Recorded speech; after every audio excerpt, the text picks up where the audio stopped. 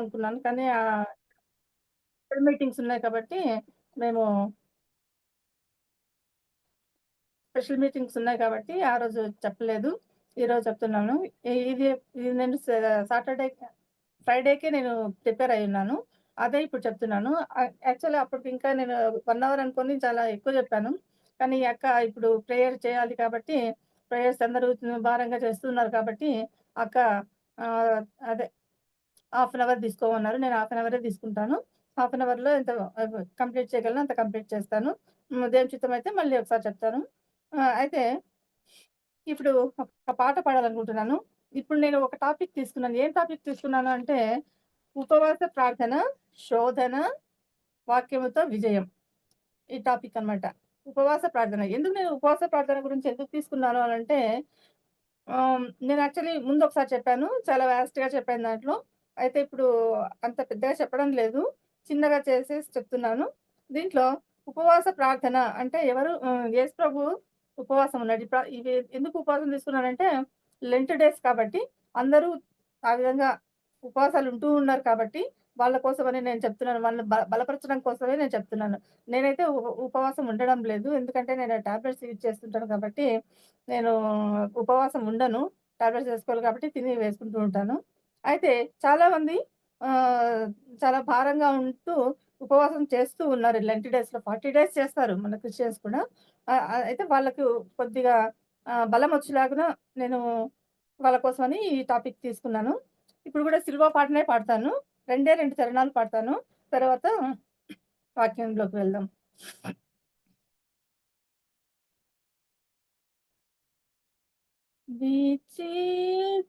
విచిత్రమైన సిల్వను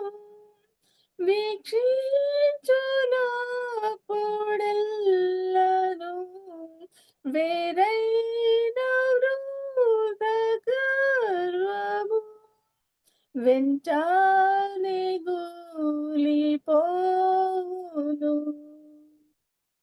అకాలు సేతుల్ జూడుడు లెక్కింపరాని ప్రేమతో రక్షించునట్టి తీర్థమై రక్తంబు పారుచున్నది.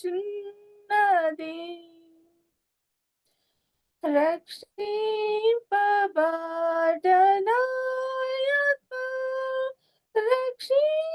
రక్షించుచావు పొందిన రక్షకుడేసుని రవంబు తోడగల్గుము.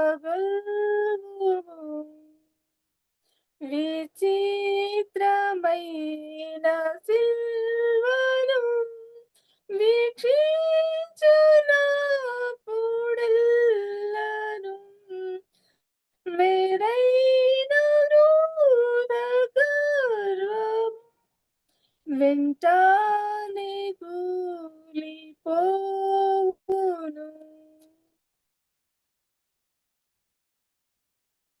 వందనాలక్క. వందనాలు వాక్యం సరే. వాక్యం సిలువ తీసుకున్నారక్క? 20 డేస్ అనే కాదు గానీ, ప్రతిరోజు ఆయన సిలువను సిలువ మరణాన్ని మనం జ్ఞాపకం చేసుకుంటూ పోవాలి. ప్రతిరోజు, ప్రతిరోజు. కాబట్టి అవునవును. 11 డేస్‌లో వాళ్ళు చేస్తారు గానీ, మనకదేం లేదు ప్రత్యేకత. ఆహా! ఆ! చక్కగా సిలువ పాడి వినిపించిన సరళ గారికి ప్రభువు నామముల వందనాలు. అలాగే ఎస్తేర్ ప్రేయర్ తరపున వందనాలు చెల్లించుకుంటున్నాను. ఎందుకంటే ఇప్పుడు మరలా ప్రార్థించవలసిన వాళ్ళు చాలా దేవుని మహిమపరిచినందుకు వందనాలు స్తోత్రాలు. మరొకసారి సిలువ మరణాన్ని మన మధ్యలో చెల్లించుకుంటున్నాను. వందనాలు సరే. వందనాలక్క. మన మత్తయి మన సువార్త మధ్యలో వాక్య సందేశాన్ని అందిస్తారు కాబట్టి అందరం జాగ్రత్తగా విందామమ్మా. కడవరి దినాల్లో ఉన్నాము. వాక్యం కొరత వస్తే చాలా కష్టం. అన్నం లేకపోయినా, వస్త్రాలు లేకపోయినా ఎలాగో సర్దుకోపోగలం కానీ వాక్యం లేకపోతే మనకు దొరకదు ఎక్కడ.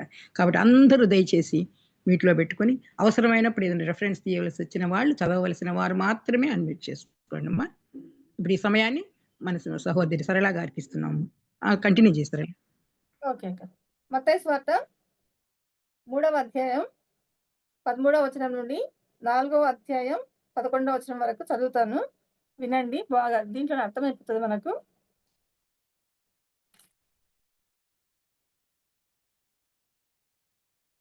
13 వచనం. ఆ సమయమున యోహాను చేత బాప్తిస్మం పొందుటకు యేసు గలిలయ నుండి యోర్దాను దగ్గరనున్న అతని యొద్దకు వచ్చెను. అందుకు యోహాను, నేను నీ చేత బాప్తిస్మం పొందవలసిన వాడనై ఉండగా నీవు నా యొద్దకు వచ్చుచున్నావా అని ఆయనను నివారింపజూచెను. కానీ యేసు, ఇప్పటికి కానిమ్ము, నీతి యావత్తు ఇలాగు నెరవేర్చుట మనకు తగియున్నదని అతనికి ఉత్తరమిచ్చెను. గనుక అతడు అలాగు కానిచ్చెను.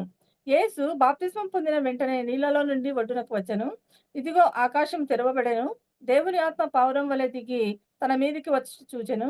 మరియు ఇదిగో ఈయనే నా ప్రియకుమారుడు, ఈయన యందు నేను ఆనందించుచున్నానని ఒక శబ్దము ఆకాశం నుండి వచ్చెను.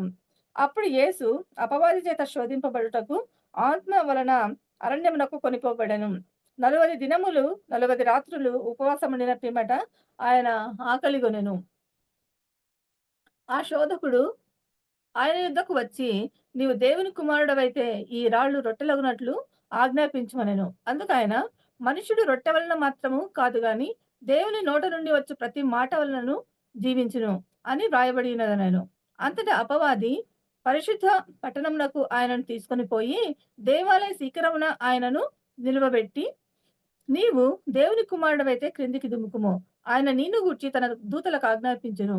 నీ పాదం ఎప్పుడైనను రాతికి తగలకుండా వారు నిన్ను చేతులతో ఎత్తుకుందురు అని వ్రాయబడి ఉన్నదని ఆయనతో చెప్పెను. అందుకు యేసు, ప్రభువైన నీ దేవుని నీవు శోధింపవలదని మరొక చోట వ్రాయబడి ఉన్నదని వానితో చెప్పెను.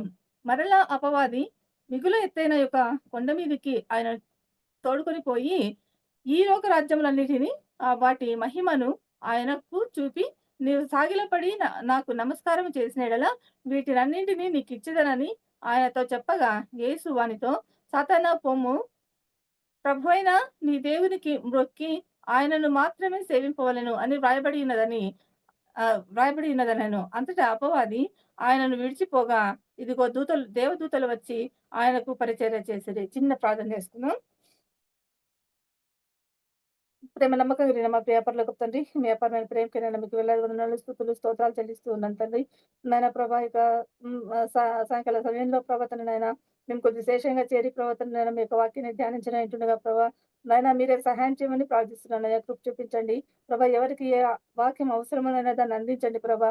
ఎవరు ప్రభా తండ్రి ఏ యొక్క అనుమానంతో ఉన్నారో ప్రభా తండ్రి నాయన వాళ్ళకి నాయన మీరే బయలుపరచమని ప్రార్థిస్తున్నాను తండ్రి. సహాయం చేయండి ప్రభా. ప్రతి ఒక్కరి ఆత్మీయమైన అవసరాన్ని ప్రతి ఒక్కరి అవసరాన్ని మీరు తీర్చమని ప్రార్థిస్తున్నాను తండ్రి. సహాయం చేయమని, కృప చూపించమని ప్రభా. మాట్లాడుతున్న నాతో మీరు ఉండమని ప్రభా తండ్రి నాయన. నేనేం మాట్లాడాలో నాకు తెలియదు ప్రభా తండ్రి నాయన. మరి ప్రభా మీరే నాయన సహాయం చేసి ప్రభా మీరే నా నోటిని బురగా వాడుకొని ప్రభా తండ్రి నాయన మీ మాటలు వినిపించమని ప్రార్థిస్తున్నాను తండ్రి. సహాయం చేయండి ప్రభా. నిజంగానే ప్రభా తండ్రి నాకు ఏమీ రాదు ప్రభా తండ్రి. మీరే సహాయం చేయమని మరోసారి నాయన మీ పాదాలు పట్టుకుని ప్రార్థయపడుతున్నాను తండ్రి. సహాయం చేయండి. అన్నింట్లో మహిమ తెచ్చుకోమని నాయన. పాట పాడడంలో మీరు చూపిన కృపకై వందనాలు, స్తుతులు, స్తోత్రాలు చెల్లిస్తూ ఆ పాట కూడా తన ఎవరికైనా ప్రవర్తనైనా మరి ఆత్మీయంగా మేలు కలిగించింది ఏమని తెలియదు ప్రవర్తనైనా మీరే ప్రవర్తనైనా ఆ విధంగా తన ప్రతి ఒక్కరితో మీరు మాట్లాడమని ప్రార్థిస్తున్నాను. సహాయం చేయమని, కృప చూపించమని యేసు పరిశుద్ధ నామమున ప్రార్థించి వేడుకొని చుట్టూనే తండ్రి. ఆమేన్.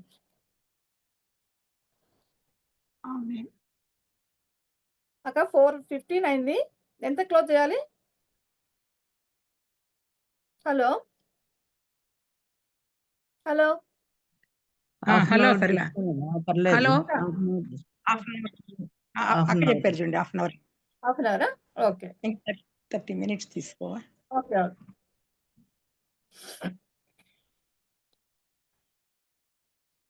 ఒక మనిషి పుట్టిన వెంటనే ఆ మనిషి ఎవరు అనేది ఎవరికి తెలియదు. అంటే ఆ వ్యక్తికి అడ్రస్ కావాలంటే వాళ్ళ అమ్మ, వాళ్ళ నాన్న పేరు చెప్తారనమాట కదా! కొంతమందికి అడ్రస్ ఉండదు. ఏది ఏమైనప్పటికీ ప్రతి ఒక్కరికి తల్లి, తండ్రి అనే వాళ్ళు ఉంటారనమాట కదా! తల్లి, తండ్రి ఈ లోకంలో ఉన్నా లేకపోయినా వాళ్ళు జన్మనిచ్చి వాళ్ళు జన్మనిస్తేనే మనుషులు పుడతారు కదా! కాబట్టి ఆ విధంగా దేవుడు కూడా మొట్టమొదట మనిషిని చేశాడనమాట. మనిషిని చేసి మీరెంతో సంతోషంగా ఉండండి అని చెప్పాడు కదా! అంటే మీరు ఒక తోడునిచ్చాడు ఆదాముకు. తోడునిచ్చి మీరు రోజు ఈ పండ్లన్నీ తినండి. అయితే మధ్యలో ఉన్న ఆ చెట్టు ఫలాలు మాత్రమే మీరు తినొద్దు అని చెప్పాడనమాట. అయితే వాళ్ళు వాళ్ళు అట్లా లేకుండా సైతాను చేత శోధించబడి ఆ విధంగా చేశారనమాట. ఇప్పుడు సైతాను చేత శోధించబడిన ఆదాము, హవ్వనే మాత్రమేనా ఆదాము హవ్వనేనా? లేదంటే ఈ లోకంలో ఉన్న ఇంకా మనుషులు, దేవుని బిడ్డలు కొంతమంది ఉంటే వాళ్ళకేనా? లేదంటే ఇంగ ఎవరెవరికి ఈ విధంగా శోధనలొస్తాయి అనే విషయాన్ని చూద్దాం ఇక్కడ. ఇక్కడ యేసు ప్రభు బాప్తిసం తీసుకున్నాడు కదా! ఎందుకు తీసుకోవాల్సిన అవసరం వచ్చింది యేసు ప్రభుకి? మామూలుగా మనుషులకు జరిగేటివన్నీ మనకు తెలుసు. మనం దాని గురించి నేనేం చెప్పడం లేదు. అయితే యేసు ప్రభువుకు ఆహ్, ఆహ్, అసలు బాప్తిసం తీసుకునే అవసరం ఉందా? ఎందుకు తీసుకున్నాడాయన అంటే, ఆయన మనకు మాదిరికరంగా ఉండడం కోసం ఆ విధంగా చేశాడు. ఆయన చెప్పాడు, చేసి చూపిచ్చాడు. అదే విధంగా మనం కూడా మనం చెప్తాం గానీ చేసి చూపిచ్చం కదా! మనం చెప్తాం గానీ చేసి చూపిచ్చం. ఇప్పుడు నేను గూడా ఈ టాపిక్ గురించి చెప్తున్నాను. అయితే నేను మరి బాప్తిసం ఉండడం లేదు మరి నేను ఉపవాసం ఉండడం లేదు కదా! అది అన్నమాట తేడా. కాబట్టి దాని గురించి ఇప్పుడు మనం చూసుకుందాం. యేసు ప్రభువు ఆహ్, ఏం చేశాడు ఆయన వచ్చేటప్పుడు ఈయన యోహాను బాప్తిసం ఇస్తూ ఉంటాడక్కడ. యోహాను బాప్తిసం ఇస్తూ ఉంటే యోర్దాను నదిలో ఈయన గూడా వస్తాడు. అంటే ఆయన గురించి నిజంగా ముందుగానే ఆయన రాకముందే చెప్తూ ఉన్నాడన్నమాట ఆయన గురించి. సువార్తను ప్రకటిస్తూ ఉన్నాడు. ఎవరు? యోహాను. బాప్తిసం ఇచ్చే యోహాను ప్రకటిస్తూ ఉన్నాడు. అప్పుడు యేసు ప్రభు వచ్చినాడన్నమాట. వచ్చి నాకు బాప్తిసం ఇవ్వు అని జెప్పేసి వచ్చినప్పుడు ఆయన ఏమంటున్నాడంటే, అబ్బా! నాకెంత గొప్ప ఇదొచ్చింది. నేను ఇంగ పోయి చేస్తాను అని జెప్పేసి మనమైతే ఇంగ పోయి ఇంగ నా దగ్గరికే వచ్చినాడు యేసు ప్రభు.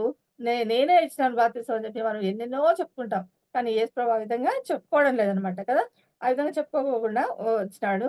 వచ్చిన తర్వాత బాప్తిసం తీయమంటే ఆయన నీ చేత నేను తీసుకోవడానికి నే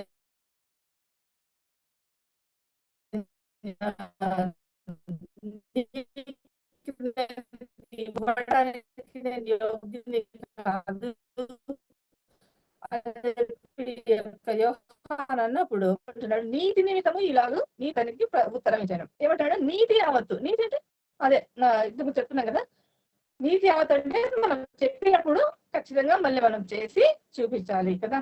కాబట్టి నేను ఊరికే చెప్పి వదిలేస్తే సరిపోదు. నేను చేసి చూపించాలి అని చెప్పేసి అదే నువ్వు నాకు ఇప్పుడు ఇవ్వు నీతి నిమిత్తం నువ్వు నాకు ఇవ్వు అన్నప్పుడు ఆయన ఆయన కూడా అంతకు ముందే చెప్తాడనమాట. నేనైతే మీకు నీళ్ళలో బాప్తిసం ఇస్తున్నాను. కానీ నా వెనుక వచ్చేవాడు ఆయన మీకు అగ్నిలోను మీకు బాప్తిసం ఇస్తాడని చెప్పేసి చెప్తున్నాడు. అయితే ఇక్కడ వచ్చినప్పుడు యేసు ప్రభు బాప్తిసం పొందాడు. ఒడ్డుకు వచ్చినాడన్నమాట. ఒడ్డుకు వస్తూ ఉంటే అప్పుడు ఏమైంది? చూడండి. పావురము సరేలా అక్క వాయిస్ మాటలు బ్రేక్ అవుతున్నాయి. సరిగ్గా లేదు. బ్రేక్ అవుతున్నాయి. నెట్ లేదేమో అక్క. సరే ఒకసారి చూసుకోమా వేరే రూమ్ లో కన్నా పోయి. ఇప్పుడు చూడండి అక్క. వస్తుందిమా. కంటిన్యూ చేయండి మా. ఓకే. కాబట్టి యేసు ప్రభు నీతి నిమిత్తం ఈ విధంగా కానిచ్చు అని అన్నప్పుడు ఆయన కానిచ్చాడు కదా! ఈ యొక్క యోహాను యేసు ప్రభుకు బాప్తిసం ఇచ్చాడన్నమాట. బాప్తిసం ఇచ్చిన వెంటనే అంటే యోహాను ఖండితంగా చెప్పడం లేదన్నమాట. నేను మీకు ఇవ్వను అట్లా అంటే కొంచెం 6 నెలలు పెద్దోడు కాబట్టి నేను గట్టిగా చెప్తానని చెప్పేసి ఆయన చెప్పలేదు కదా! ఆయన చేయమన్నాడు, ఈయన చేశాడన్నమాట. ఒక మాట అన్నాడు కానీ దేవుడు మళ్ళీ చేయమని వెంటనే చేశాడు. మరి మనమైతే ఎట్లా చేస్తాం? దేవుడు చెప్పిన వెంటనే మనం చేస్తామా? చెయ్యం. కొన్ని ఆలోచన చేస్తాం కదా! కొన్ని ఆలోచన చేసి అప్పుడు దానికి ఎన్నో చూసుకొని మనం ఆన్సర్‌లు చెప్తామన్నమాట. కానీ యేసు ప్రభు వచ్చినప్పుడు ఈ యొక్క యోహాను ఏమంటున్నాడు? ఆయన నీతి నిమిత్తం నాకు నీతి యావత్తు నాకు మీరు బాప్తిసం ఇవ్వాలి. కాబట్టి ఇవ్వండి అని చెప్పేసి అన్నప్పుడు ఆయన తీసుకొని పోయి అక్కడ యోర్దానులో బాప్తిసం ఇచ్చాడు యేసు ప్రభుకు. అప్పుడు ఆకాశము తెరవబడిందన్నమాట. ఆకాశం తెరవబడి ఒక చోటనేమో ఆకాశము చీల్చబడిందని ఒక చోట ఉంది. ఇక్కడ తెరవబడి అని ఉంది కదా! కాబట్టి ఆకాశం తెరవబడింది. దేవుని ఆత్మ ఒక పావురం లాగా వచ్చింది. పావురాన్ని దేనికి పెడతారంటే అది ఒక పరిశుద్ధతకు గుర్తుగా ఉంటుందన్నమాట. పావురం కదా! కాకి పరిశుద్ధం కాదు అది కదా! కాబట్టి పావురము లాగా వచ్చేదన్నమాట. ఆ పరిశుద్ధాత్మ దేవుడు ఆ విధంగా ఆయన మీదకి వచ్చి దిగుట చూశాడన్నమాట.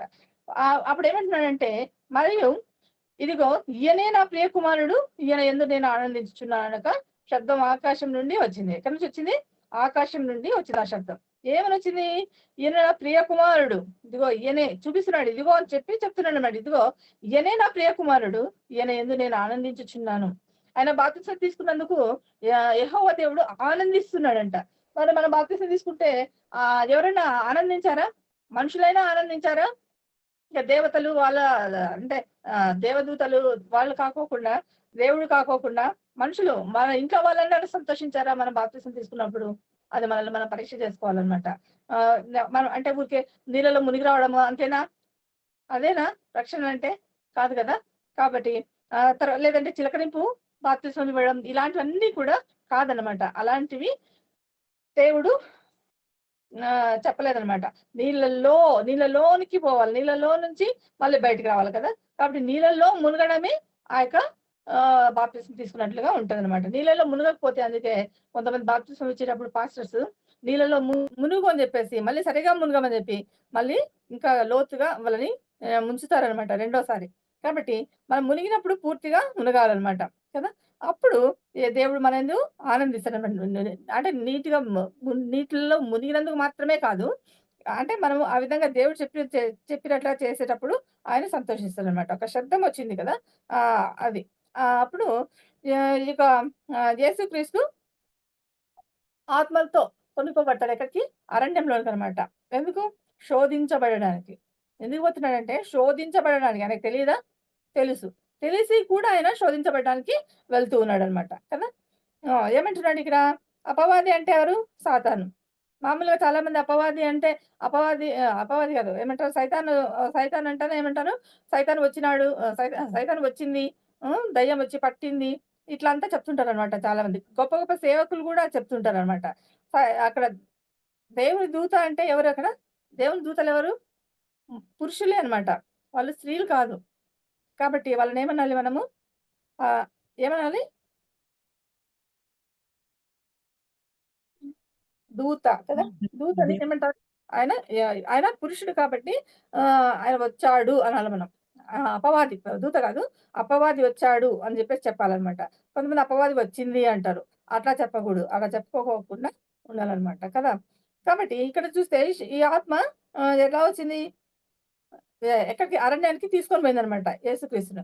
యేసుక్రీస్తుని అక్కడ తీసుకుపోయిన తర్వాత ఆయన ఏం చేస్తున్నాడక్కడ? 40 దినములు, 40 రాత్రులు ఉపవాసం ఉన్నాడు. ఎన్ని రోజులున్నాడు? 40 దినాలు, 40 రాత్రులు ఉపవాసం ఉన్నాడు.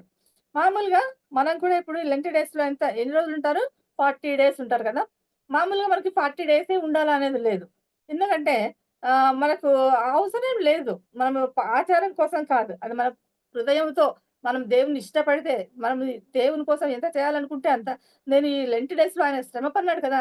ఆయన శ్రమ పడిన దానికి నేను కృతజ్ఞత కలిగి నేను ఆయన కోసం ఉపవాసం ఉంటాను. నేను ప్రార్థన చేస్తాను. ఊరికే ఉపవాసం ఉంటే ప్రయోజనం ఏం లేదు కదా! ఉపవాసం ఉండి నేను ప్రార్థన చేస్తాను. అనేక మంది కోసం ప్రార్థన చేస్తాను. లేదంటే ఆ రోజు యేసుక్రీస్తు తీసుకున్న యేసుక్రీస్తు చనిపోయిన రోజు వరకు కూడా ఉంటారు. ఎందుకుంటారు? యేసుప్రభు చనిపోయేంత వరకు ఎందుకుంటారంటే, అన్ని రోజులు యేసుప్రభు ఉన్నాడు కదా!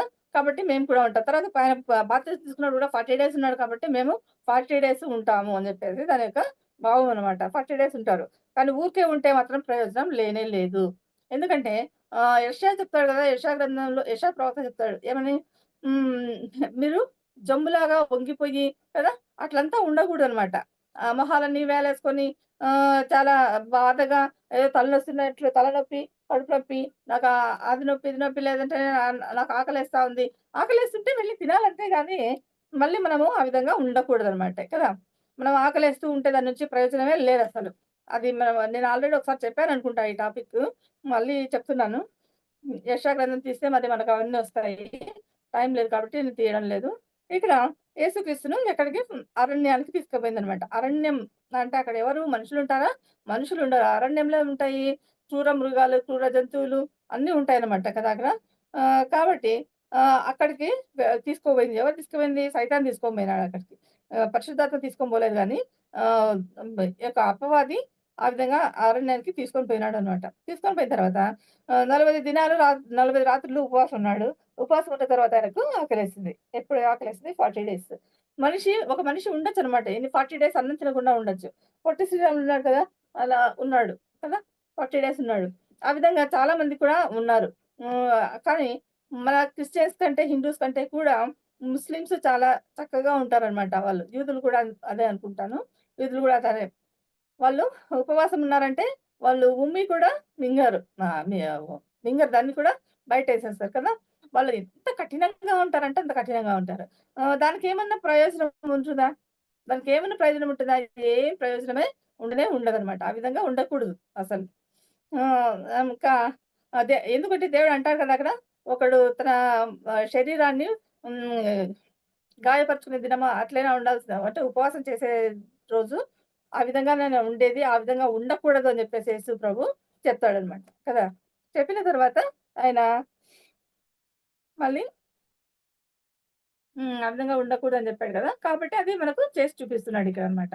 ఇక్కడ 4 అధ్యాయము 3 వచనం చూస్తున్నాం ఇక్కడ. ఆ శోధకుడు ఆయన యొద్దకు వచ్చి, "నీవు దేవుని కుమారుడివైతే ఈ రాళ్ళు రొట్టెలగునట్లు ఆజ్ఞాపించు" అనెను. ఏమన్నాడు ఆ శోధకుడు? ఆ శోధకుడైనా లేదంటే ఆ యొక్క అపవాదైనా, సైతానన్నా ఇదంతా కూడా ఒకటే అన్నమాట. సైతాను ఎప్పటికి ఆడ మనిషి కాదు. కాబట్టి ఎప్పుడు సైతాను వచ్చింది, పోయింది అని ఎవ్వరు అనకూడదనమాట. సైతాను వచ్చాడు కదా! పురుషుడు అక్కడ. కాబట్టి సైతాను వచ్చాడు అని చెప్పేసి చెప్పాలనమాట. చాలా మంది అట్లే చెప్తుంటారు కదా! కొంతమందైతే ఊరికే అపవాది అంటారు. ఇంక అదే సరిపోతుంది ఆ పదము. కాబట్టి ఈ విషయం గుర్తుంచుకోండి. తర్వాత ఆ శోధకుడు ఏమంటున్నాడు ఇక్కడ వచ్చి ఏమంటున్నాడు, నువ్వు దేవుని కుమారుడివైతే వస్తూనే ఏమసలు ఛాలెంజ్ చేస్తా ఉందనమాట. ఆయన ఎంత శక్తిని పొందుకొని ఉంటాడు కదా! 40 డేస్ అంటే శారీరకంగా చాలా బలహీనమైపోయుండొచ్చు 40 డేస్. ఆయన నీళ్లు తాగలేదు, ఏమీ లేదు కదా! 40 డేస్ అట్లే ఉన్నాడు. అరణ్యంలో ఏముండవు కాబట్టి ఆయన అట్లనే ఉన్నాడు. ఆయన దేవుని కుమారుడు కాబట్టి ఆయన ఆ విధంగా ఉన్నాడు. మేము గూడా అట్లా దేవుని కుమారులైతే మేము గూడా అట్లే ఉంటాంలే అని చెప్పి కొంతమంది అంటా ఉంటారనమాట. కానీ ఆ విధంగా అనకూడదు. ఎందుకంటే అది దేవుడు యేసుక్రీస్తు ఎట్లా అంటే ఆయన నిజంగా మనిషిగానే వచ్చినాడిక. మనిషిగానే వచ్చి ఒక మనిషి ఎలా ఉంటాడో అలానే ఉన్నాడు. తర్వాత ఆ మనిషికి ఎలా నీరసం వచ్చిందో ఆ విధంగానే దేవునికి కూడా నీరసం వచ్చింది. ఆయన సోలిపోతూ ఉన్నాడు.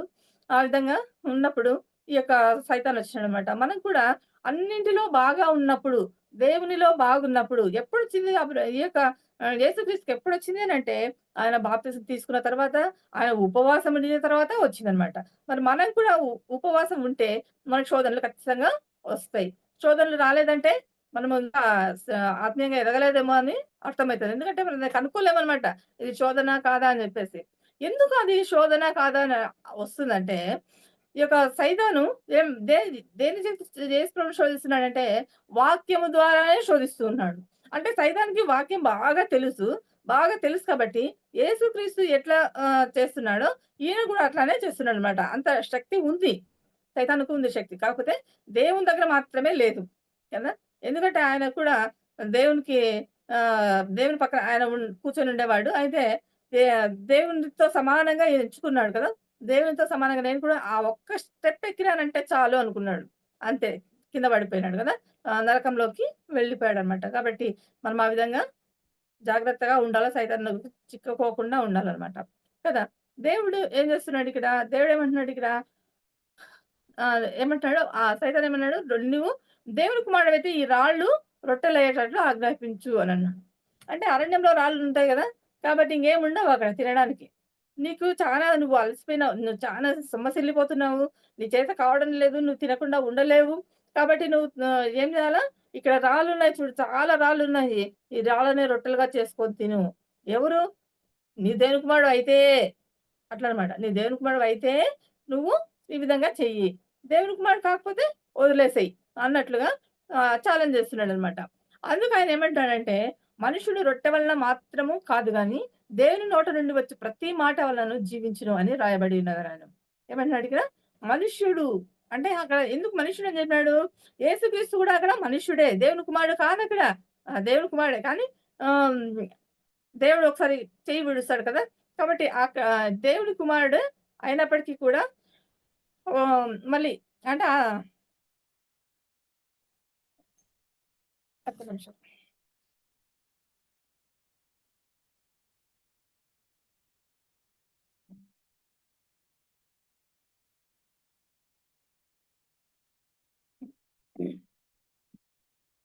నువ్వు దేవుని కుమారుడివైతే ఈ రాళ్ళను రొట్టెలుగా చేసుకొని తిను అని చెప్పేసి ఆజ్ఞాపించాడంట. ఏమంటాడు? ఆజ్ఞాపించు, నువ్వు ఆజ్ఞాపించు అని చెప్పేసి చెప్పాడనమాట. ఎవరు? దేవునికి చెప్తున్నాడు సైతాను.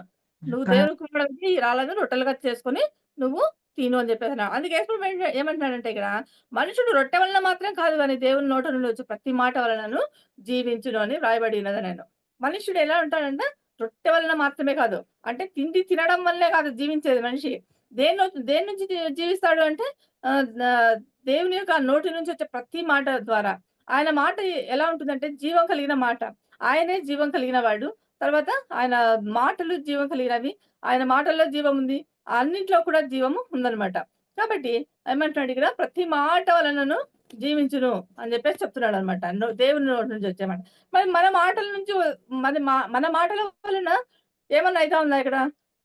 ఇంకొక పక్కనున్న వాళ్ళు ప్రాణం పోయే వాళ్ళు జీవించబడుతున్నారా? ప్రాణం పోయే వాళ్ళకు మనం జీవాన్ని పోస్తున్నామా? ఎలా చేస్తున్నాం మనం? సరేలా మళ్ళా కాబట్టి వాయిస్ అక్క మళ్ళా వచ్చిందిలేమ్మా వాయిస్ వచ్చి. దేవుని వలన వచ్చు మాట వలన జీవించు. హ్మ్. దేవుని నోటి నుంచి వచ్చే మాట ద్వారా జీవిస్తూ ఉన్నారు. మరైతే మనమే దేని వల్ల జీవిస్తున్నాం? లేదంటే మన మన దగ్గరికి ఎవరైనా వస్తే వాళ్ళేమన్నా మేలు పొందుతున్నారా?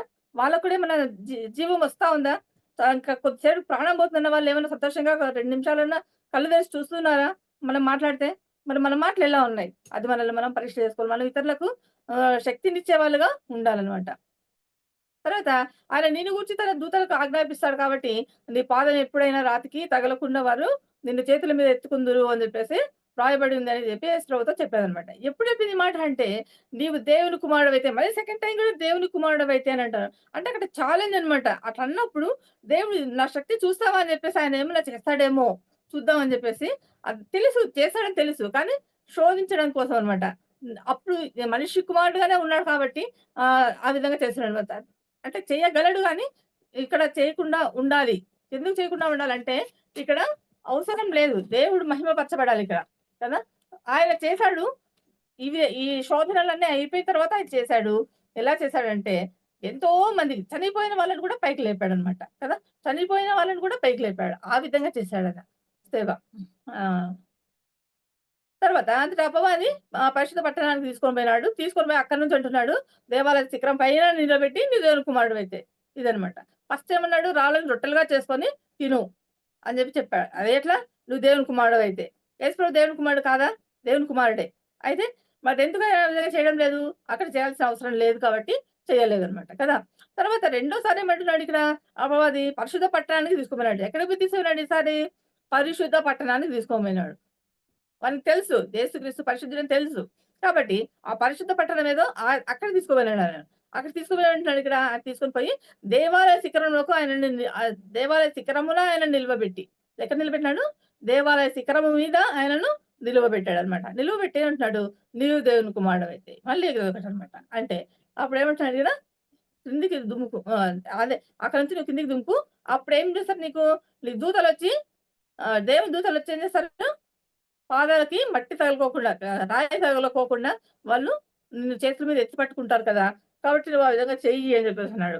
అని రాయబడి అప్పుడు వెంటనే యేసుప్రభు ఏమంటున్నాడు ఇక్కడ, ఆయన నిన్ను గూర్చి తన దూతలకు ఆజ్ఞాపించును అని అన్నప్పుడు నీ పాదం ఎప్పుడైనా తగిలి రాతికి తగలకుండా వాళ్ళు నిన్ను కాపాడతారన్నప్పుడు అని రాయబడిందని ఆయనతో చెప్పినప్పుడు, అందుకు యేసుప్రభు ఏమంటున్నాడంటే, ప్రభువైన నీ దేవుని నీవు శోధింపవలదు. ఏమంటున్నాడు? ప్రభువైన నీ దేవుని. అంటే ఇప్పుడు ఆయన చెప్తున్నాడు. ఇక్కడ నేను ప్రభువుని కదా! నేను ప్రభువుని. ప్రభువునైతే నువ్వు శోధించకూడదు. నువ్వు నన్ను శోధించకూడదు అని చెప్పేసి చెప్తున్నాడనమాట. శోధించబడదు అని మరొక చోట రాయబడి ఉన్నదని చెప్పేసి చెప్తున్నాడనమాట. యేసు ప్రభు దేనితో ఆన్సర్ చెప్తున్నాడిక్కడ? దేనితో గెలుస్తున్నాడిక్కడ శోధన నుంచి? వాక్యం ద్వారానే. వాడు గూడా వాక్యమే తెచ్చాడు కదా! వాక్యం తెచ్చి చూపిస్తున్నాడు. అయితే దేవుడు వాక్యంతోనే దాన్ని తీసేసాడు కదా! అంటే గెలిచాడనమాట దాని నుంచి. ఆ! నీవు దేవుని శోధింపవలదని మరొక చోట రాయబడి ఉందని చెప్పేసి చెప్పాడు మనతో. అప్పుడు మరలా అపవాది ఏమంటాడంటే, మిగులు ఎత్తైన కొండ మీదకి ఆయనను తీసుకొని పోయినాడు. తోడుకొని పోయాడు. మిగుల ఎత్తైన అంటే అది కాకుండా పరిశుద్ధ స్థలము ఎత్తులో ఉంది. ఆ శిఖరానికి తీసుకున్నాడు. కానీ ఇప్పుడు మళ్ళీ ఇంకేమంటాడు? ఇంకా ఎత్తైన కొండ మీదకి తీసుకొని పోయినాడనమాట. తీసుకొని పోయి లోక రాజ్యాలన్నింటినీ అతనికి చూపించాడనమాట. లోక రాజ్యాలన్నిటిని ఎవరు చూపించాడు? యేసు ప్రభువుకు చూపించాడు. చూపించి ఏమంటున్నాడు ఇక్కడ? ఆయన మహిమను ఆయనకు చూపి, నీవు సాగిలపడి నాకు నమస్కారం చేసిన యెడల ఏమంటున్నాడు? నువ్వు నాకు సాగిలపడి నమస్కారం చేస్తే అప్పుడేమైతుంది? వీటన్నిటిని నీకిస్తాను నేను అని చెప్పి ఆయనతో చెప్పాడనమాట. యాక్చువల్లీ అవన్నీ ఎవరివి? యేసు ప్రభు కదా! యేసు ప్రభువి ఆయనవి ఆయన ఆయన శక్తితో ఆయన చేసినవే. ఇప్పుడు అవి వాటిని మళ్ళీ ఏమంటున్నాడు? నేను నీకిస్తాను అంటున్నాడు. అంటే ఇప్పుడు అవి ఎవరి హస్తాల్లో ఉన్నాయి? అంటే సైతాను హస్తాల్లో ఉన్నాయి. కాబట్టి ఇప్పుడు ఏమంటున్నాడు వాడు? ఏమంటున్నాడు? నేను నీకు అవన్నీ ఇస్తాను. నువ్వు ఏం చేయాలి? నువ్వు నాకు నమస్కారం చేయాలి. నువ్వు నాకు నమస్కారం చేస్తే చాలు నేను నీకు అవన్నీ ఇచ్చేసేస్తానని చెప్పేసి చెప్తున్నాడనమాట. అందుకేమంటాడు యేసు ప్రభు ఏమంటాడంటే ఇక్కడ, యేసు వానితో సాతానా పొమ్ము. ఏమంటున్నాడు? సాతానా పొమ్ము. ఇప్పుడు మనం కూడా ఏం చేయాలా? సైతాను రకరకాలుగా శోధిస్తాడు. మనం చూసుకున్నాం కదా! దీంట్లో ఫస్ట్ సారి దేవుని కుమారుడైతన్నాడు. అక్కడ యేసు ప్రభు గెలిచాడు వాక్యంతో. మళ్ళీ రెండోసారి కూడా దేవుని కుమారుడైతన్నాడు. మళ్ళీ అక్కడ కూడా గెలిచాడు. మళ్ళీ ఇప్పుడు ఇంకోటి కదా! సాతాను మూడోసారి కూడా గెలిచాడనమాట. కదా! అక్కడికి ఏమంటున్నాడు ఇక్కడ? అంతటా అపవాది ఆయనను విడిచిపోగా. ఎప్పుడు? యేసు వానితో ఇక్కడ కూడా ఉంది చూడండి. వానితో అని. అంటే మగవాడే సాతాను కదా! అది గుర్తుంచుకోండి. యేసు వానితో సాతానా పొమ్ము, ప్రభువైన నీ దేవునికి మ్రొక్కి ఆయనను మాత్రమే సేవింపవలెను అని వ్రాయబడి ఉన్నదనెను. మళ్ళీ ఇక్కడ కూడా వాక్యం ద్వారానే చెప్తున్నాడనమాట. ప్రభువైన నీ దేవునికి మ్రొక్కి నువ్వు ఆ విధంగా మాట్లాడకూడదు.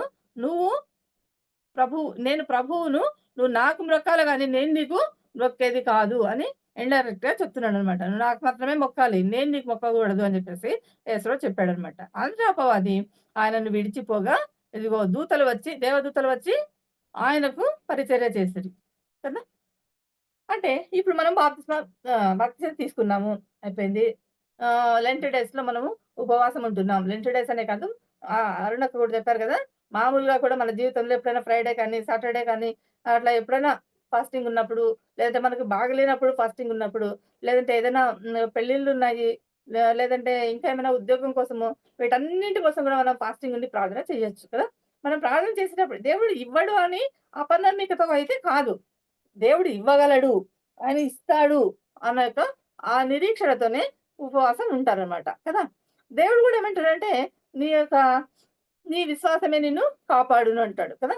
అంటే నీ నమ్మకం, నువ్వు దేవుని మీద ఎంత నమ్మకం పెట్టుకుంటే అంత నువ్వు ఖచ్చితంగా పొందుకుంటావనమాట కదా! దేవుడు నాకు ఇస్తాడు. నేను ఈ విధంగా ఫాస్టింగ్ ప్రేయర్ చేయడం వల్ల దేవుడు నాకు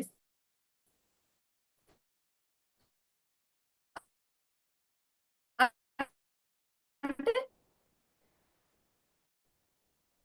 ఖచ్చితంగా ఇస్తాడు.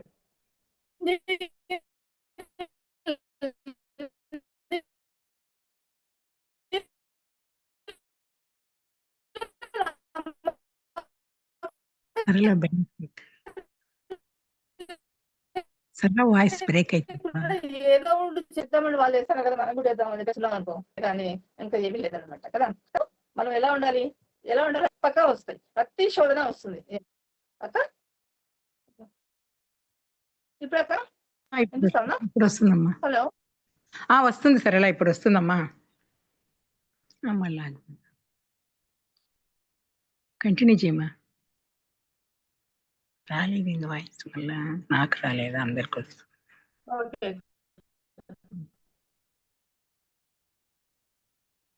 వీడియో ఆఫ్ చేసుకోమనండి ఆంటీ, అప్పుడు వాయిస్ క్లారిటీ సరేలా, వీడియో ఆఫ్ చేసుకో సరేలా.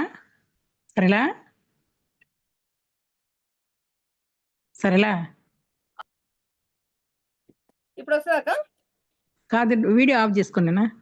ఆఫ్ చేశాను. ఇప్పుడు వస్తుందమ్మా. ఓకే అక్క. ఓకేమ్మా. కాబట్టి అపవాదిని మనం ఎదిరించాలి అంటే ఎలా ఉండాలి? మనం ప్రార్థన కలిగి ఉండాలి. వాక్యం చదివి వాక్యంలో ఉన్న విషయాలన్నీ మనం తెలుసుకొని ఉండాలన్నమాట కదా! మనం అన్ని తెలుసుకొని ఉంటే మనం సాతానుకు వెంటనే సమాధానం ఇవ్వగలం కదా! నువ్వు వెళ్ళిపో అంటున్నాడు కదా యేసు ప్రభు. వానితో ఏమంటున్నాడు ఇక్కడ? సాతానా పొమ్ము అంటున్నాడు. ఇప్పుడు కోపం వచ్చింది యేసు ప్రభు కదా! 2 సార్లు ఊరికే చూశాడు. మనం కూడా ఏం చేయాలా? 1, 2 సార్లు మన చేత అయితదో కాదో తెలీదు. మనం దాన్ని జయించాలి అనంటే మనం ఏం చేయాలా అక్కడ? ఏం చేయాలి? ఆ విధంగా ప్రార్థన కలిగి దేవుని యొక్క శక్తిని పొందుకొని ఉండాలనమాట కదా! ఆ విధంగా ఉన్నప్పుడు దేవుడు సహాయం చేస్తాడు. కాబట్టి ఇక్కడ ఈ విధంగా యేసుప్రభుకు 3 వచ్చినాయి శోధనలు. మరి మన జీవితంలో మనం ఇప్పుడు ఉపవాసం ఉన్నప్పుడు ఏమైతది మనం కూడా చక్కగా యేసుప్రభు వాక్యాన్ని మనలో హృదయంలో పెట్టుకొని ఉండాలనమాట. మన హృదయంలో పెట్టుకున్నప్పుడు మనము బాగానే చెప్పగలం కదా! బాగానే ఉండగలం. తర్వాత మనం ఆత్మలో స్ట్రాంగ్‌గా ఉంటామనమాట. ఆత్మలో స్ట్రాంగ్‌గా ఉండాలంటే ప్రార్థన ఉండాలి. ప్రార్థన అంటే ఫాస్టింగ్ ప్రేయర్ అంటే అది ఇంకా చాలా శక్తి కలిగినదనమాట అది. ఫాస్టింగ్ ప్రేయర్ అనేది చాలా శక్తి కలిగింది. కానీ మళ్ళీ ఉండొచ్చు కానీ కొంతమందయితే ఎలా ఉంటారంటే వేషధారణగా ఉంటారనమాట. అంటే బైబిల్‌లో ఉంది వేషధారులు అని చెప్పేసింది బైబిల్‌లో. వేషధారులు కూడా ఏం చేస్తారు? ఫాస్టింగ్ చేస్తాం. హ్మ్. వాళ్ళు గూడా ఉపవాస ప్రార్థన చేస్తారనమాట. అయితే దానికి వాళ్ళ ఫలము వాళ్ళు అప్పుడే పొంది ఉన్నారని జెప్పేసి దేవుడు చెప్తాడనమాట కదా! అయితే ఆహ్, మరి కొన్ని సార్లు అనుకుంటాము, నాకు ఈ యొక్క ఫాస్టింగ్ ప్రేయర్ ఉన్నాను, ఇన్ని రోజులున్నాను నేను, నాకేం ప్రయోజనం లేదు. నాకు ఏది రాలేదు అని జెప్పేసి అనుకుంటారనమాట. నాకు ఏది రాలేదు కాబట్టి నేనింక వదిలేస్తాను. దేవుడు గూడా నాకేం అవసరం లేదు అన్నట్లుగా కొంతమంది వెళ్తుంటారనమాట. అయితే యేసుప్రభు అంటున్నాడు ఆహ్, మనం ఆ విధంగా అనుకున్నప్పుడు యేసుప్రభు ఏమంటున్నాడంటే యెషయా గ్రంథంలో ఉంది. ఏమంటున్నాడంటే రక్షింపనేరక ఉండునట్లు ఆయన చేతులు కురచ కాలేదు. కదా! ఎందుకు? మన యొక్క పాపాలు దేవునికి మనకు అడ్డుగా వస్తున్నాయంట. అడ్డుగా వస్తున్నాయి కాబట్టి మనకు ఏం రాలేదు? విజయం రాలేదు. కదా! విజయం రాలేదు. మనము మనం కూడా వాక్యంతోనే చెప్పుకున్నామనుకో, అప్పుడు మనకు కూడా శక్తి అనేది వస్తదనమాట. కదా! హ్మ్. తర్వాత దేవుడిని మనం నమ్ముకున్నాము. ఉపవాస ప్రార్థనలు చేస్తున్నాము అనంటే ఏమైతుంది? ఉపవాస ప్రార్థన చేస్తున్నామంటే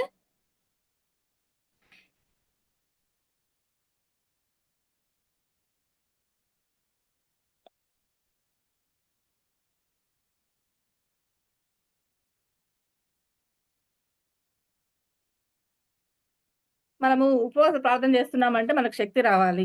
మనం అనుకున్నవన్నీ నెరవేరాలి కదా! అలా అయితేనే మనము ఉపవాసం ఉండాలి. లేదంటే లేదు. అయితే దేవునికి ఇష్టమైన ఉపవాసము, ఆయనకు ఇష్టమైన ఉపవాసం అనేది ఉంది. అది ఎ ఎ యెషయా గ్రంథం 58 అధ్యాయంలో ఉంది కదా! ఆయనకు 59లో అది రక్షింపనేరక ఉండునట్లు అది ఉంది. తర్వాత దీంట్లో వచ్చేసి దేవునికి ఇష్టమైన ఉపవాసము, ఆయనకిష్టమైన ఉపవాసము, తర్వాత ఆయన ఆయన కోరుకున్న ఉపవాసము, అట్లా ఉపవాసాలు ఉన్నాయన్నమాట. ఆ ఉపవాసాలు ఒక్కసారి చెప్పేసేసి ఇంక నేను క్లోజ్ చేసేస్తాను. యెషయా గ్రంథం 58. హ్మ్.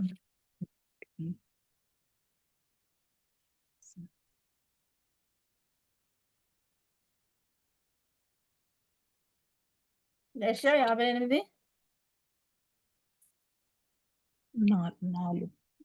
4 నుంచి చదువు. ఉపవాసముండగా నీవెందుకు మూడో వచనం. మేము ఉపవాసముండగా నీవెందుకు చూడవు? మేము మా ప్రాణములను ఆయాసపరచుకొనగా నీవెందుకు లక్ష్యపెట్టవు అని అందురు. అయితే మీ ఉపవాస దినమున మీరు మీ వ్యాపారము చేయుదురు. మీ పనివారి చేత కఠినమైన పని చేయించుదురు. మీరు కలహపడుచు వివాదము చేయుచు అన్యాయంగా గుద్దులాడుచు ఉపవాసముందురు. ఇది. మనం ఉపవాసం ఎట్లుంటున్నామంట? ఉపవాసం ఉంటున్నామంటే ఎలా ఉండాలి? ఎలా ఉండాలని తర్వాత చెప్తాం. ఇప్పుడు మనం ఎలా ఉంటున్నామో చూద్దాం ఇక్కడ. మేము ఉపవాసం ఉండగా నువ్వు మా మాటలు మా ప్రార్థన ఎందుకు వినడం లేదు? ఎందుకు మాకు జవాబు రావడం లేదు? అని చాలామంది అనుకుంటూ ఉంటారనమాట. కదా! అయితే మేము ప్రాణములను ఆయాసపరచుకొనగా నీవెందుకు లక్ష్య పెట్టడం లేదు కదా! ఉపవాసం ఉంటే నువ్వేమో చూడడం లేదు. మమ్మల్ని చూడటమే లేదసలు. తర్వాత మేము మా ప్రాణాలను ఆయాసపరుచుకుంటున్నాము. అయినా నువ్వు మమ్మల్ని లక్ష్యం చేయడం లేదు. అయితే మీ ఉపవాస దినమున అప్పుడేమంటున్నాడు ఇక్కడ క్వెషన్ వేసినప్పుడు మీ ఉపవాస దినమున మీరు వ్యాపారము చేస్తారు. అంటే ఉపవాసం ఉన్న రోజు వేరే వ్యాపారాలు పనులు పెట్టుకోకూడదనమాట. ఉపవాసం ఉన్నప్పుడు దేవుని మీద ధ్యానాన్ని ఉంచుకొని చేసుకోవాలి. కానీ కొంతమంది పేదవాళ్ళుంటారు. వాళ్ళైతే ఆ విధంగా ఉండలేరు కదా! ఆ విధంగా అంతసేపు ప్రార్థన చేయలేరు. కాబట్టి అలా చేయాల్సిన అవసరం లేదు. కానీ మన మనసులో మనం అనుకుంటూ ఉంటే కూడా అది మనకు సహాయకరంగా ఉంటుందనమాట కదా! తర్వాత ఉపవాసం ఉంటే మీ వ్యాపారాలు మీరు చేసుకుంటున్నారు. మీ పనులు మీరు చేసుకుంటున్నారు. మీ పని వాళ్ళ చేత అయితే కఠినమైన పనులు చేయిస్తున్నారంట కదా! పని వాళ్ళతో కఠినమైన పనులు. మనమైతే చేయము. ఊరికే కూర్చుంటాము. ఫాస్టింగ్ అని చెప్పేసి. కానీ వాళ్ళతో అయితే కఠినమైన పనులు చేపిస్తారు. మనం మన పనులు చేసుకోకుండా కూర్చొని ఉపవాసం అంటాం. వాళ్ళనైతే అట్లా పనులన్నీ చాలా కఠినమైన పనులు. వాళ్ళు చేయలేని పనులన్నీ కూడా వాళ్ళతో చేపిస్తా ఉంటాం. ఎప్పుడు చేపిస్తా ఉంటాము? ఉపవాసం ఉన్నప్పుడు చేపిస్తా ఉంటాం. అందుకే దేవుడు వినడు. మీ పనివారి చేత కఠినమైన పని చేయించుదురు. మీరు కలహపడుచు ఇంక అదొకటే కాదు కొట్లాడుకుంటూ గూడా అంట. ఒకరికొకరు కొట్లాడుకుంటూ వివాదాలు చేయుచు అన్యాయంగా గుద్దులాడుతూ ఉపవాసం ఉంటారంట. అన్యాయంగా కొట్లాడుకోవడం. కొట్లాడుకుంటూ ఉపవాసం ఉంటారు. అయితే మీ కంఠధ్వని పరమున వినపడకుండునట్లు మీరిప్పుడు ఉపవాసం ఉండరు. ఎట్లా? మా యొక్క కంఠధ్వని వినబడునట్లుగా పరమున అట్లా వినబడునట్లుగా మీ కంఠధ్వని పరమున వినబడునట్లుగా ఆ! అదే. మీరెప్పుడు వినబడినట్లుగా ఉపవాసం ఉంటారు. మీరిప్పుడు ఉపవాసం ఉంటారు. అయితే అట్టి ఉపవాసం నాకు అనుకూలమా అంటున్నాడు దేవుడు కదా! అలాంటి ఉపవాసము నాకు అనుకూలమైనది కాదు. నేను అలాంటి ఉపవాసాన్ని రిజెక్ట్ చేస్తాను. నేను దాన్ని ఒప్పుకోను అని చెప్పేసేసి దేవుడు అంటున్నాడు కదా! మనుషుడు తన ప్రాణాన్ని బాధపరుచుకోవాల్సిన రోజు ఇదేనా? లేదంటే జమ్ములాగా వంగిపోవడము, గోనెపట్ట కట్టుకోవడము, బూడిద పోసుకోవడము ఇవన్నీ ఉపవాసాలా? అట్లా ఉపవాసము యెహోవాకు ప్రీతికరమని మీరు అనుకుంటూ ఉన్నారా? అయితే అది కాదు. మరి ఏది? నేను ఏర్పరచుకున్న ఉపవాసం ఒకటుంది. తర్వాత నాకిష్టమైన ఉపవాసం ఒకటుంది. అవి చేయాలి మీరు. మీరు అవి చేస్తే అప్పుడు నేను అంగీకరిస్తాను అని జెప్పేసి దేవుడు చెప్తున్నాడనమాట. కాబట్టి ఇది గుర్తుపెట్టుకుందాం మనము. అంటే ఇష్టం లేనివి చూసుకున్నాము. ఇప్పుడు ఇష్టమైనవి చూద్దాం ఇక్కడ కదా! దీంట్లో ఏమంటున్నాడంటే ఇక్కడ నీ ఆహారాన్ని ఆకలిగొన్న వాళ్ళకి పెట్టు. అంటే అర్థమేమి? నువ్వు ఇంట్లో అన్నం అయిపోయింది. నీకు మాత్రమే కొంచెం ఉందన్నం. అప్పుడేం చేస్తా ఆ అన్నాన్ని ఎవరైనా వచ్చినారు నాకు ఆకలైతుంది పెట్టని. అంటే ఏం చేస్తారు అప్పుడు వాళ్ళకు ఆహారాన్ని పెడతారు కదా! ఆహారం పెట్టినప్పుడు వీళ్ళకి లేకుండా పోతుంది కదా! వీళ్ళకి లేకుండా పోయినప్పుడు అప్పుడేమైతుంది దేవుడేమంటాడు ఇది నిజమైన ఉపవాసం అంటాడు. కదా! మనము ఉపవాసం ఉంటాము. ఉపవాసం ఉన్న తర్వాత ఇప్పుడేం చేస్తున్నాము? ఉపవాసం ఉంటాము. ఉపవాసం అయిపోయేసరికి బిర్యానీలు కదా! ఈ టైం నుంచి ఈ టైం వరకే అని చెప్పేసి ఉంటాము. అదయిపోయిన వెంటనే బిర్యానీ తినడము, లేదంటే ఇంకా ఏమన్నా తెచ్చుకోవడము, తినడము, తాగడం ఇట్లాంటివన్నీ కూడా చేస్తూ ఉంటారనమాట కదా! అది దేవునికి ఇష్టమైంది కాదు. కదా! నీ ఆహారం ఆకలి ఉన్న వరకు పెట్టుము. నీ రక్త సంబంధికి ముఖము తప్పించకుండా ఉండు. ఏమంటున్నాడు ఇక్కడ? రక్త సంబంధి. ఇప్పుడు అన్నదమ్ములు, అక్క చెల్లెలుంటారు. వాళ్ళలో కొంతమంది బాగా ఉన్నవాళ్ళుంటారు. కొంతమంది లేని వాళ్ళుంటారు కదా! అందరూ ఒకే రకంగా తల్లికి ఎంతమంది పిల్లలు పుట్టింటే అందరూ సమానంగా ఉండరనమాట. ఒక్కొక్కరి స్థితి ఒక్కొక్క రకంగా ఉంటుంది. కాబట్టి అలాంటప్పుడు బాగా ఉన్న వ్యక్తి దగ్గరికి ఏమీ లేనివాడు పోతున్నాడనుకో, అప్పుడు ఈ ఈ వెనక దారిన ఏదైనా ఉంటే ఆ దారిలో నుంచి వెళ్ళిపోతారనమాట. ఎందుకంటే వీడొస్తే డబ్బులడుగుతాడో, అది అడుగుతాడో, ఇది అడుగుతాడో తెలీదని చెప్పేసేసి వెళ్ళిపోతున్నారు. అంటే అక్కడేమంటున్నాడంటే, ఆ విధంగా మీరు ముఖాన్ని తప్పించుకోవద్దు. ఎవరికి? రక్త సంబంధికి మొహాన్ని తప్పించొద్దు అని చెప్పేసి అంటున్నాడనమాట. దిక్కుమాలిన బీదలను నీ ఇంట చేర్చుకోవద్దు అంటున్నాడు. నువ్వు చేర్చుకునుము అంటున్నాడు. దిక్కుమాలిన బీదలు. అంటే ఇంక ఏ దిక్కు లేదు. అమ్మ లేదు, నాన్న లేడు, ఎవరు లేరు కదా! ఒకరే ఉంటారు. అలాంటి వాళ్ళను ఇంట్లోకి చేర్చుకుంటున్నాం. కానీ మనమైతే ఏం చేస్తాం? అలాంటి వాళ్ళు ఎవరైనా ఇంట్లోకొస్తే వెంటనే మనము మన ఇంట్లో ఉన్న చిన్న పాపనైనా కూడా, చిన్న బాబునైనా కూడా వాళ్ళకి కాపలా పెట్టి మన పనికి మనం పోతాం. కదా! ఆ విధంగా ఉంటాం. కానీ ఇక్కడేమంటున్నాడు ఇక్కడ దిక్కుమాలిన బీదలు నీ ఇంట్లోకొస్తే నువ్వు వాళ్ళని చేర్చుకో ఇంటికి అని చెప్పేసి అంటున్నాడు. వస్త్రహీనుడిని కనపడినప్పుడు ఏం చేయాలా? వానికి వస్త్రం ఇయ్యి అంటున్నాడు. ఇదే కదా నాకిష్టమైన ఉపవాసం. ఇది దేవుడికి ఇష్టమైన ఉపవాసం ఇది. కదా! దేవుడు ఏర్పరచుకున్న ఉపవాసం ఒకటుంది. అది కూడా చూద్దాం. దుర్మార్గులు కట్టిన కట్లను విప్పుటయు, తర్వాత కాడిమాను మోపులు తీయుటయు, బాధింపబడిన వారిని విడిపించుటయు, ప్రతి కాడిని విరగ్గొట్టుటయు నేను ఏర్పరచుకున్న ఉపవాసం. ఇది దేవుని ఏర్పరచుకున్న ఉపవాసం ఇది. కదా! ఇదొచ్చేసి దేవునికి ఇష్టమైన ఉపవాసం. ఇలాంటి 2 ఉపవాసాలు మనము ఉండాలనమాట. కదా! తర్వాత అదే ఇక్కడ ఒకసారి చూపిస్తాను 59వ అధ్యాయంలో చూద్దాం ఇక్కడ. రక్షింపనేరక ఎండునట్లు యెహోవా హస్తము కురుచ కాలేదు. విననేరక ఎండునట్లు ఆయన చెవులు మందము కాలేదు. మీ దోషములు మీకును మీ దేవునికిని అడ్డంగా వచ్చెను. మీ పాపములు ఆయన ముఖమును మీకు మరుగుపరచెను. గనుక ఆయన ఆలకింపకున్నాడు. ఇది మనం గుర్తుంచుకోవాలనమాట. కదా! ఎందుకు అంటే మనకి ఆన్సర్ ఇక్కడే దొరుకుతుంది. మాకెందుకు మా ప్రార్థనకి జవాబు రాలేదు అని ఎవరైనా అన్నారంటే, వెంటనే ఇందుకు మీకు ఆన్సర్ రాలేదు అని మనం ఇది తీసి చూపించొచ్చు. మనకు రాకపోయినా మనం ఇది చదువుకోవచ్చు. అప్పుడు మనం రియలైజ్ అయ్యి మళ్ళీ దేవుని మనము అడిగినామనుకో, దేవుడు మళ్ళీ మనకు మేలు చేస్తాడు కదా. కాబట్టి ఈ విధంగా ఉండడానికి దేవుడు మనకు సహాయం చేయను గాక. కొద్దిగా అలవాటుగా ఉన్నది ఈరోజు. ఏమనుకోవద్దండి. దేవుడి వాక్యం దీవించును గాక. ఆమేన్. వందనాలు సరళ. వందనాలక్క. ఉపవాసాన్ని చక్కగా తెలియజేసిన సరళ గారికి మన ఎస్తేర్ ప్రేయర్ వారిస్ తరఫున దేవాదేవుని తరఫున వందనాలు చెల్లించుకుంటున్నాము. మనకు మాలిని అక్క కూడా వాక్యం చెప్పారు కదా, ఇవన్నీ ఉపవాసం ఉంటే ఎలాగ ఉండాలని చెప్పారు. అంత మాత్రమే కాకుండా టోటల్లీ దేవుడు 2 సార్లు సాతానుడు శోధించినా ఏమనుకోలేదు కానీ, నా పాదములకు మొక్కన్నప్పుడు సాతానా వెళ్ళిపో అని ఎందుకన్నాడంటే, ఆ దేవాది దేవునికి ప్రతినిత్యం పరలోకపు దూతలు సాగిలు పడుతుంటారు, 24 పెద్దలు పూజిస్తుంటారు కదా. అటువంటి దేవాది దేవుని నాకు మొక్కు అంటే, ఒకప్పుడు లూసిఫర్ కూడా దేవుని దగ్గర ఉన్న ఇష్టమైన దూతే కదా. నేను సభాపర్వతం మీదకి ఎక్కేదని అనుకొని కింద దోయబడ్డాడు. అటువంటి తన స్థితిని మర్చిపోయి దేవుణ్ణి ఆ విధంగా శోధించడము అందుకే దేవుడు ఈ 2 సార్లు ఏం కోపించుకోగల సాతానా పో అని అనగలిగినాడంటే ఎంతగా దేవుని శ్రమ పెట్టినాడు. దేవుడు మనకి యుగాంతమందు బుద్ధి కలగడానికే మన ఇలాంటివన్నీ మనకు చూపించేది. ఎందుకంటే మనం ఉపవాసం ఉంటాం నిజం, ఇవన్నీ ఉన్న 55వ యెషయా 55వ గ్రంథములు కానీ అధ్యాయములో కానీ ఒక్క మాట మాత్రం వింటాం. ఉపవాసం ఉన్నప్పుడు మన జోబ్దాస్ గారు కూడా మనకు చెప్పారు, పరిశుద్ధాత్మ శక్తిని ప్రార్థించేటప్పుడు పొందుకోవాలంట. కుమారుని స్వభావం మనం ధరించుకోవాలా. ఎందుకంటే ఆయన తండ్రి అభీష్టం నెరవేర్చి పరిపూర్ణత కలిగించే నిమిత్తం ఇక్కడికి వచ్చాడు కదా, ఈ లోకానికి వదిలిపెట్టి.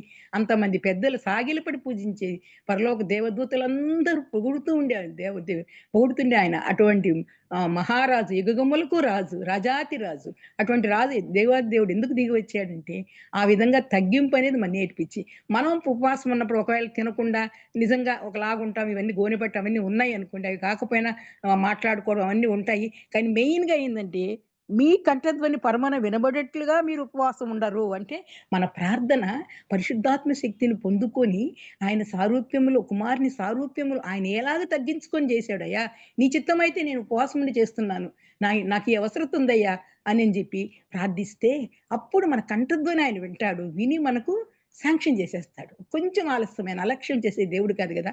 కాబట్టి టోటల్గా మనం ఈ విధంగా ఉపవాసం ఉండాలి. మేము ఉన్నామని ఇతరులకి వేషధారులాగా పైకి చాలా నీరసంగా కనబడడం అవంతా చూపించుకోకూడదు.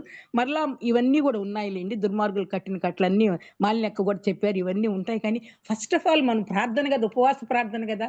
వాసం అంటే ఆయనతో సహవాసం చేస్తూ ప్రార్థిస్తున్నాం కాబట్టి అప్పుడు ఎలాగుండాలంటే మనం ఆయన సారూప్యం ధరించుకున్న బిడ్డలం కాబట్టి, మన కొరకు ఆయన ప్రాణం పెట్టిన దేవాదేవుడు కాబట్టి, మహారాజు, మహనీయుడైన రాజు కదా, మహిమోన్నతుడు, మహిమగల దేవాది దేవుడు, అటువంటి రాజు దిగి వచ్చాడు కాబట్టి, మన కోసం ప్రాణం పెట్టిన దేవాది దేవుడు కాబట్టి ఆయనే మనకు నిమిత్తము ఉపవాసం ఉండి శ్రమలు పడ్డాడు సాతానుడి దగ్గర. చివరిలో మాత్రమే సాతానా వెళ్ళిపోనగలిగినాడు. 2 మీరు కూడా ఆలోచించుకోండి, అందరికి అర్థమై ఉంటుంది. కానీ మనం ఎలాగ ప్రార్థన చేయాలి, మన కంఠధ్వని ఆయన శక్తిని పొందుకొని ఆయన దగ్గర పరలోకములో ఉన్న ఆయనకి వినబడేటట్లు మనం ప్రార్థన చేయాలి. కానీ మీరు ఇప్పుడు ఉపవాసం ఉండరు, కంఠధ్వని పరమన వినబడినట్లుగా మనం ఉపవాసం ఉండట్లేదంటే మన ప్రార్థనలు. కాబట్టి అలాగ నీకు ముందు మనం ఇవన్నీ కాకుండా మనం నీరసించిపోకుండా కొట్లాడుకుంటూ మాట్లాడుకుంటూ కూడా కంటిన్యూ చేయకుండా, అవన్నీ కాకుండా మన ప్రార్థన ఆయన పరిశుద్ధాత్మ శక్తిని పొందుకొని ఆయన కుమారుని స్వభావం ధరించుకొని తగ్గించుకుంటూ, నీ చిత్తమైతే నాయన నాకు ప్రసాదించుతండి, నాకు కలుగజేయి నాయన, నాకు ఏ ఇబ్బందులు ఉన్నాయా, ఉపవాసం ఉండి చేస్తే నువ్వు నాయన నాకు చేస్తావు కదా నాన్న, నా మనవి ఆలకిస్తావని మనం అలాగనే ప్రార్థన చేస్తాము. అప్పుడు చేస్తే ఆయన మనం ఒకవేళ ఇన్ కేసు మనోమాతులు మనలో బలహీనతలు ఉంటాయి, రక్షింపనేరుకుంటే ఆయన హస్తం కృతకార్యం చెప్పినారు కదా. అంటే మన పాపాలు ఇంకా ఆయన ముఖానికి ఆయన ముఖమును మరుగుపరుస్తున్నాయేమో కనుక ఆయన ఆలకించడం లేదేమో. అప్పుడు మరలా మనల్ని మనం సెటరేట్ చేసుకొని ఇంకా కొంచెం తగ్గించుకొని ఇవన్నీ మనకు బుద్ధి కలగడానికి యుగాంతమని తెలియజేసినాడు కాబట్టి దేవాది దేవుడు మనం ఎలాగుండాలి మన జీవితంలో. మనం ఉపవాసం చేస్తుంటే ఎందుకు నాకు యేసయ్య చేయలేదు, మేము అందరూ చేస్తే వాళ్ళకి అది కలిగింది ఇది కలిగింది, వాళ్ళ ఇంట్లో వివాహాలైనాయి, బిడ్డలు పాస్ అయ్యారు, మంచి ఉద్యోగాలు వచ్చాయి, అనుకున్నవన్నీ సాధించుకోలేదంటే నిజంగా మన పాపాలు ఆయనకు అడ్డంగానే ఉంటాయి ఒక్కొక్క రోజు. అంత మాత్రమే కాకుండా మనం మన కంఠధ్వని నిజంగా ఆయనకి పరములో ఉండి ఆయనకి వినబడేటట్లు మనం ప్రార్థన చేయాలి. అదే అసలైన ఉపవాసం. అట్లా ఉండవు కాబట్టి ఉపవాసం మనం వినడం లేదు ఆ దేవాది. కాబట్టి ఇక మీదట మనము ఆయన సారూప్యం ధరించుకొని కుమారుని స్వభావమును ఆయన ఇంత తగ్గింపుతో దేవుణ్ణి అడిగాడు, అయ్యా నీ చిత్తమైతే ఇగ్ని నా నుండి తీసేయమని. అలాగున మనం కూడా ప్రార్థిద్దాము. ఈలాగన తీసుకున్న తర్వాత బాప్తిస్మం సాతానుడి చేత అంత అవసరమేమీ లేదు యేసయ్యకి. అక్కడే ఫస్ట్‌లోనే అనేయొచ్చు. కానీ ఇవన్నీ ఇటువంటి శ్రమలు వస్తాయి. నేను శ్రమలను జయించినాను కదా! కాబట్టి మీరు కూడా సోదరులు శ్రమలు వచ్చినప్పుడు మీరేం భయపడొద్దు. మీరు మరలా తెప్పరిల్లుకొని మరలా ఆయన దగ్గరికి వచ్చి క్షమాపణ పొందుకుని మరలా మనం ఉపవాసం తగ్గింపు స్వభావంతో తండ్రి కుమారునిలాగా మనం కూడా అయ్యా నీ చిత్తమైతే ప్రతిదానికి నీ చిత్తమైతే అని ఆయన శక్తిని పొందుకున్నాము. అలాగన పొందుకుని ఉపవాసం ఉంటే మనకు కూడా మన సమస్యల్ని వీలైనంత మట్టుకు ఆయన నిజంగా ఒక్కవేళ ఒకటి రెండు కొంచెం లేట్ చేసినా కూడా వాటిని విడిచిపెట్టే దేవుడు కాదు కదా, అలక్ష్యం చేసే దేవుడు కానే కాదు, మనవి ఆలకించకుండా ఆయన. కాబట్టి అలాగని మనం ఉపవాసం ఉండడానికి, మనం ప్రార్థన అలాగని చేయడానికి అందరు చూసేటట్లు కాకుండా వేషధారులుగా ఉండకుండా చేయగలిగేటట్లు ఆ విధంగా మనం ఉండాలని మనకు బిడ్డ ద్వారా ఈరోజు తెలియజేస్తున్నాం. దేవుడే ఎన్నో శ్రమలు శోధనలు అనుభవించినాడు కదా, మనకు రావడం సహజమే మానవ మాత్రులం. కాబట్టి వచ్చినప్పుడు కూడా మళ్ళీ ఆయన దగ్గరికే వద్దాం, ఆయన పాదాల చెంత అడుక్కుని వేడుకుందాం. అటువంటి కృప మనకు కూడా ఈ బిడ్డ ద్వారా మనకు వాక్యాన్ని తెలియజేసినందుకు దేవాదేవునికి మరొకసారి వందనాలు చెల్లించుకుంటున్నాను. సరళ గారికి కూడా వందనాలు. చక్కటి వర్తమానం అందించామమ్మా ఉపవాస ప్రార్థన గురించి. వచ్చిన సోదరులందరికీ వందనాలండి. వాక్యం చెప్పిన సరళకు కూడా వందనాలు. వందనాలు. ప్రార్థన అంశాలు మనం చేయడానికి కనీసం అర్ధ గంట ఉంది మన మధ్య. కాబట్టి అర్ధ గంటలో కనీసం ఇద్దరన్నా చేయగలరు. ఒకవేళ కుదించుకుంటే కనుక ముగ్గురైనా చేయగలరు. కాబట్టి 10 నిమిషాలు తీసుకొని చేయడానికి అవకాశం. ఉదయం చాలా మంది సవిస్తరంగా ఎక్కువసేపు ప్రార్థన చేయగలరు. ఇప్పుడు సాయంత్రం అటెండ్ అయిన వాళ్ళు మీరు ముగ్గురైనా కనీసం చేయాలని మనం చేస్తున్నాం. ప్రార్థన అంశాలు చాలా మంది మెసేజెస్ లో పెడుతున్నారు, మనం పోస్ట్ చేస్తున్నారు మన యొక్క గ్రూప్ లో. కాబట్టి వాటిని మళ్ళీ నేను రిపీట్ చేయడం టైం వేస్ట్ అవుతుంది కనుక మీకు అందరికి ఫోన్స్ ఉన్నాయి, చూసుకొని వాటిని గురించి కొద్ది మంది ప్రత్యేకమైన అంశాల గురించి ప్రార్థన చేయాలని మనం చేస్తున్నాను. కొద్దిమంది అంజిరెడ్డి గారు కోసం ప్రార్థన చేస్తున్నారు. నిన్న ఉదయమే అంజిరెడ్డి గారు ప్రభునందు నిద్రించారండి. తాడేపల్లి ఎన్ఆర్ఐ హాస్పిటల్కి తీసుకొని వెళ్తూ ఉండగా మరొక విధమైన ట్రీట్మెంట్ కోసం దారిలోనే ప్రాణం పోయిందని డాక్టర్లు చెప్పారు. నిన్నటి రోజు సాయంత్రం బరియల్ కూడా అయిపోయింది. అది కొద్దిమంది తెలియనట్టుంది, కాబట్టి మరొకసారి అనౌన్స్ చేస్తున్నాను. నిన్న కూడా చేశాను. మంచి సాక్ష్యాన్ని వదిలిపెట్టాను, వెళ్ళిపోయారు. ఏనాడు సనుగు గొనుగు లేదు. 8 కీమోలు అంటే ఎంతో చాలా బలహీనుడైనాడు. ఆపరేషన్ కూడా అయిందంట. మరి దాంతో చాలా వీక్ అయిపోయారు. ఆయనకు రకరకములైన అన్ని ట్యూబ్స్ అన్ని ద్వారాల నుండి పెట్టాల్సి వచ్చింది బాడీలో. ఒకరోజు ముందుగా నుంచి మాటలు కూడా లేవని, గుర్తింపు చేసేంత చూపు కూడా లేదని విన్నాము.